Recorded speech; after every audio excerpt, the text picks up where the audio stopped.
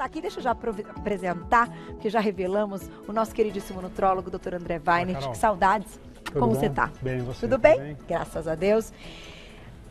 A gente vai falar hoje de cãibras. Sim. Mas vindo pra cá, me lembrei que a gente ia falar também de sonambulismo. Então a gente abre com cãibras e já a gente fala de sonambulismo.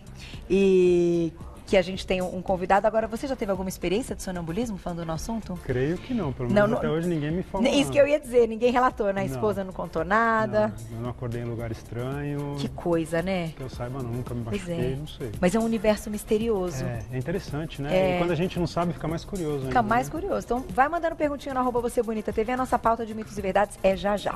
Mas cãibras, meu Deus, que coisa desagradável, desconfortável. Essa eu já tive também. Moxa, eu até tenho muita. Algumas corridas aí me pegam. Doutor André, a gente vai falar da alimentação, mas primeiro eu queria que você contasse, explicasse, acho até que a gente tem uma ilustração, o que é essa cãibra, né? O que está acontecendo quando a gente sente aquela dor da cãibra? A cãibra nada mais é do que, são contrações involuntárias de uma grande quantidade de fibras musculares, né, e um potencial muito grande. E ela acontece em músculos esqueléticos, ela não acontece nas vísceras. É importante a gente não dá para o coração, as vísceras não tem cãibra. Geralmente a gente tem nos braços, nas pernas, até na língua, tem gente já relatou na língua. É verdade. Dentro, exatamente. Então nessas musculaturas esqueléticas, né?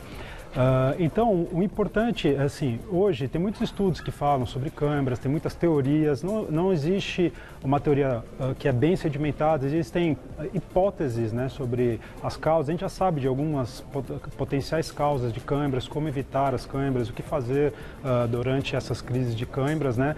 Mas acho que o importante, além dessa definição, é aquilo que a gente vai mostrar, colocar na ilustração, entender assim, para entender a cãibra a gente tem que entender que é complicado, mas a gente vai tentar colocar de maneira bem simples o que é a contração muscular, né? Então essa é uma fibra muscular e você vê que dentro dessa fibra existem vários outros segmentos e tem essa liberação através desse neurônio, tem a liberação do estímulo nervoso. E aí, pode ser uma pausada? Pode pausar aí. Vamos pausar aí. Então essa aí é como se fosse microscopicamente dentro de uma fibra muscular. Você vê que tem essas duas linhas que se cruzam e elas que fazem essa contração muscular. Então, quando elas se juntam, elas escorregam uma em cima da outra, o músculo contrai e quando elas voltam à linha normal, é o relaxamento muscular. Pode continuar. Mas, mais importante é entender o que acontece lá dentro, para a gente poder entender qual que é o mecanismo da cãibra. Então, essa baía de miosina, actina, que são pontes que vão fazer ela uma empurrando a outra, que são essas pontes cruzadas, que quando elas sobressaem, elas escorregam umas sobre as outras, elas formam essa ponte que é que forma a contração muscular. E para você poder ter esse tipo de contração muscular, a gente depende de eletrólitos, a gente depende dos nutrientes. Aí que entra a nossa parte. A gente depende do ATP, que ATP, pode pausar um pouquinho, por favor. O ATP, que é a fonte de energia mais nobre que a gente tem no nosso organismo, né? Que é aquilo que vai dar a energia para você, para a gente falar, para a gente estar conversando, para a gente ter todos as células funcionarem, depende desse ATP, que é essa fonte de energia primária. Pode continuar. Esse ATP, ele gera essa energia dentro desse potencial elétrico do músculo. Aí ele gruda na outra bainha e aquilo, através dessa locação de uma linha na outra, o músculo ele consegue se contrair, ele consegue se movimentar. Então é importante, né, a gente entender o mecanismo da cãibra, a gente entender tudo que está envolvido nisso. E para poder ter essa geração de energia, dessa geração de ATP, a gente depende de eletrólitos, que vai ser mostrado daqui a pouquinho aí. A gente depende de cálcio, a gente depende de sódio, a gente depende de cloreto, a gente depende de potássio. Tá vendo? Vai chegando energia e a fibra muscular ela vai se contraindo. O cálcio é o principal eletrólito que está ligado nessa contração muscular. Então, já vamos quebrar algumas coisas aqui, diferentemente do que a gente acha que é o potássio, que está principalmente ligado nas câimbras. Muitas vezes não, muitas vezes é o cálcio que está ligado. Olha que interessante. Agora, deixa eu te fazer uma pergunta para a gente juntar as coisas. Vamos supor, quando a gente faz aquele negócio do muque, assim, né? Sim, a contração. A contração, deixa ele forte, ou da panturrilha, que a gente estica e ela fica marcada e tudo mais.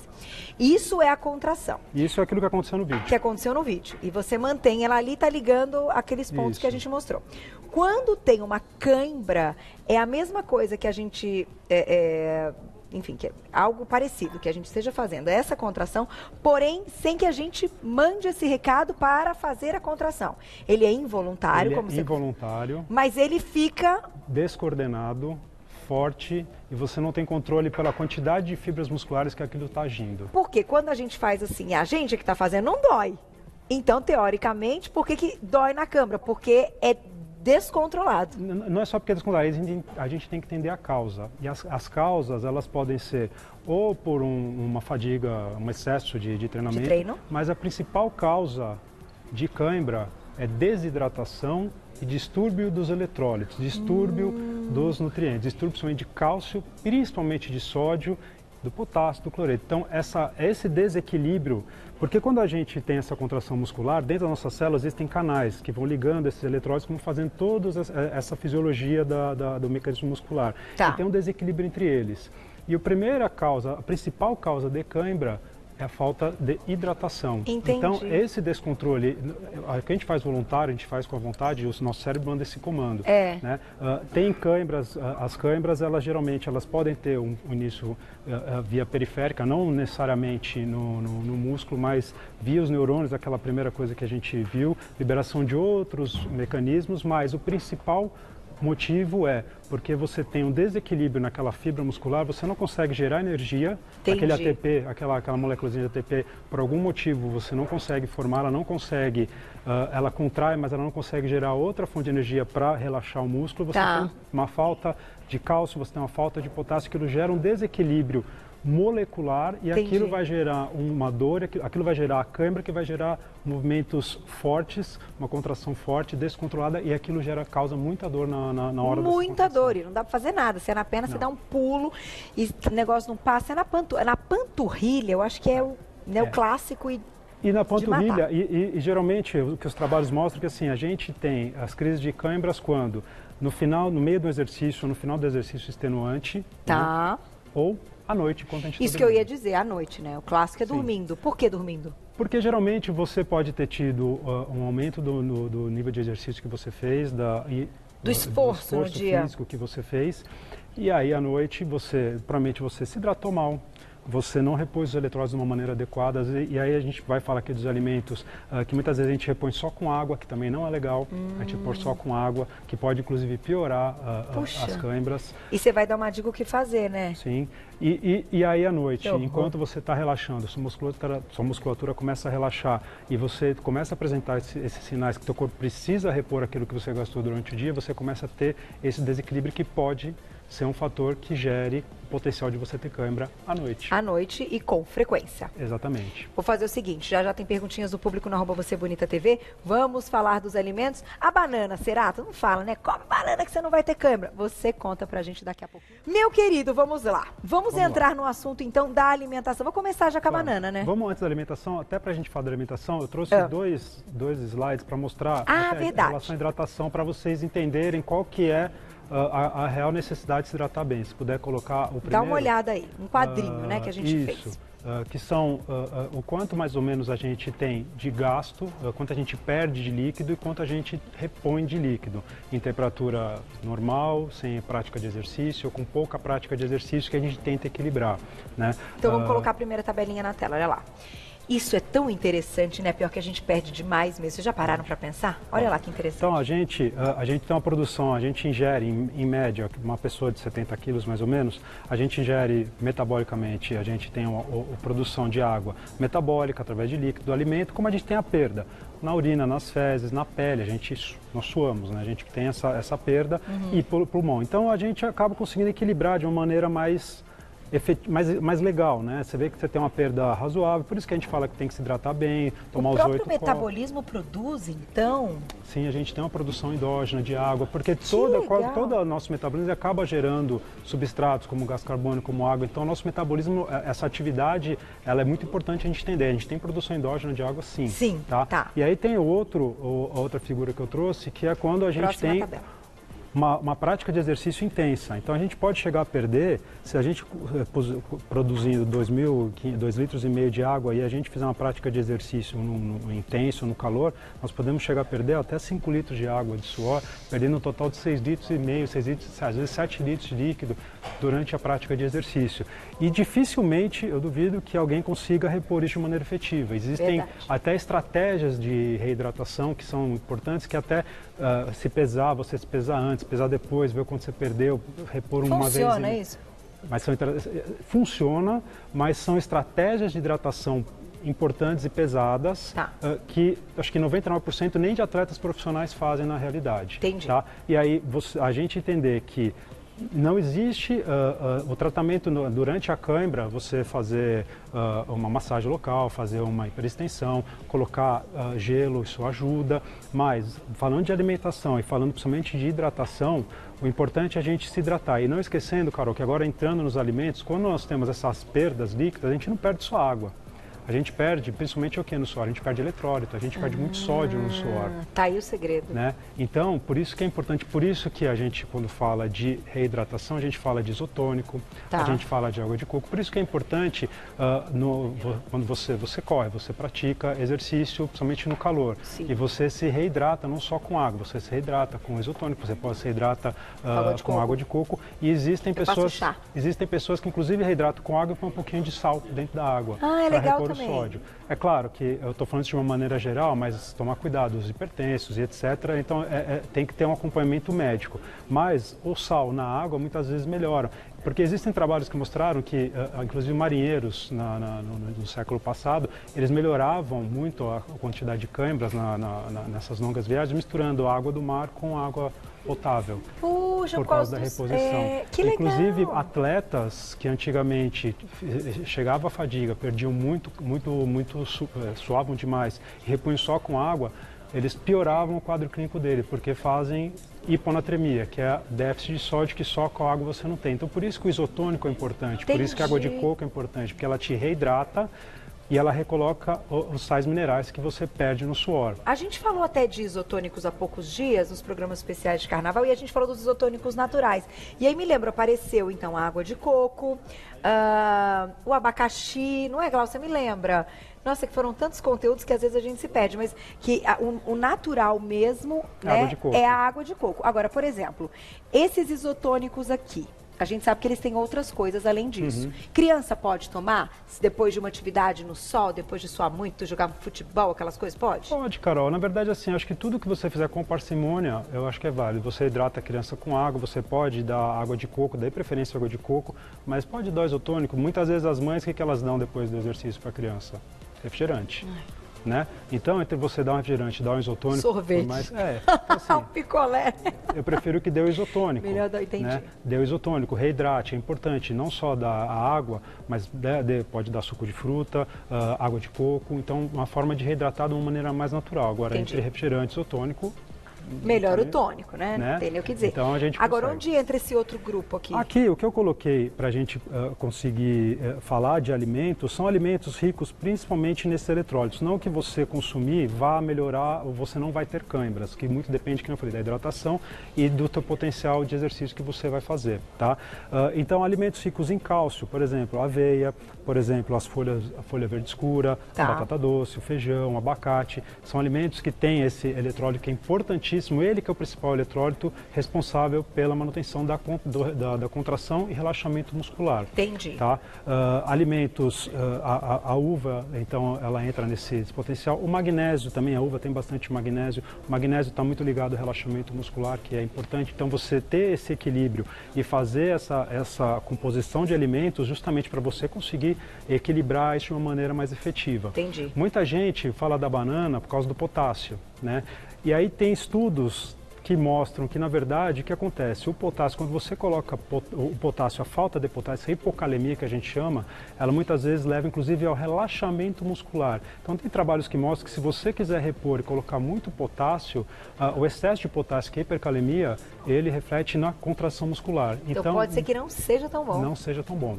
tá? Uau! Não estou falando que não é para comer banana. Você Entendi. pode, você tem que consumir. A relação dela com a cãibra para ajudar não é mais tão direta. Então, Entendi. a principal fonte de reposição para você evitar a desidratação, e a desidratação sendo a principal causa de cãibras, na minha opinião, é repor sódio e repor cálcio.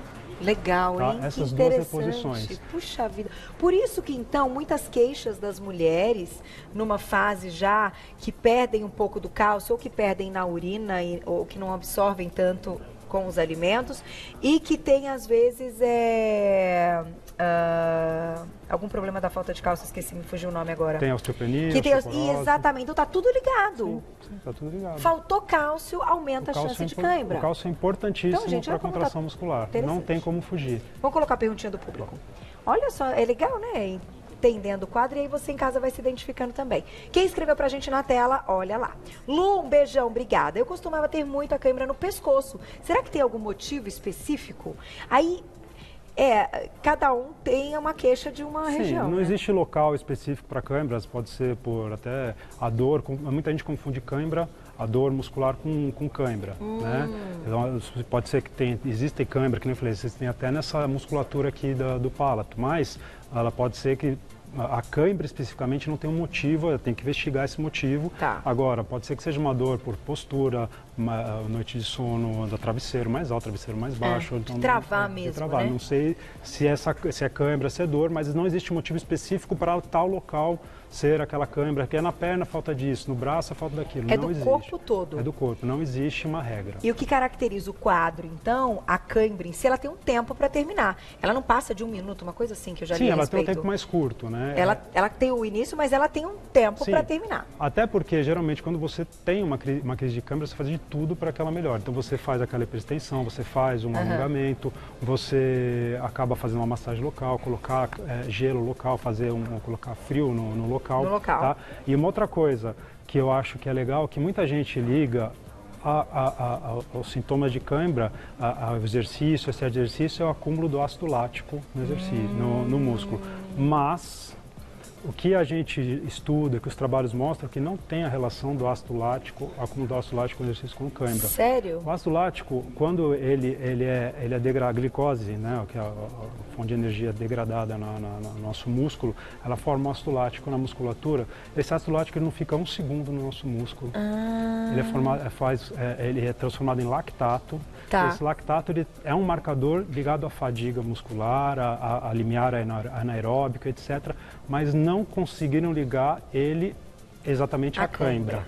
Então vamos quebrar um pouco esse paradigma de que a cãibra é o acúmulo de ácido lático no músculo. Não é. Não é. É principalmente desidratação, distúrbio de eletrólitos, principalmente ligado ao cálcio e ligado ao sódio, cloreto, até do potássio que tenham essa ligação. Então é o equilíbrio desses nutrientes no nosso corpo, e aí a gente colocar a alimentação como um fator preventivo, colocar uma hidratação adequada, uma alimentação adequada, fazer com que o seu corpo absorva os nutrientes de uma forma adequada, que você coloque a água para ele absorver de uma forma adequada e que você, durante o exercício, você se hidrate. Após o exercício, o principal erro, Carol, na verdade, quando eu estava falando daquela estratégia de hidratação a maior quantidade de água que a gente teria que consumir, teoricamente, é depois do exercício. E é onde a gente não consome. Muitas vezes você está na academia, você está correndo, você vai, consome no pós que você comeu, vai para casa e esquece.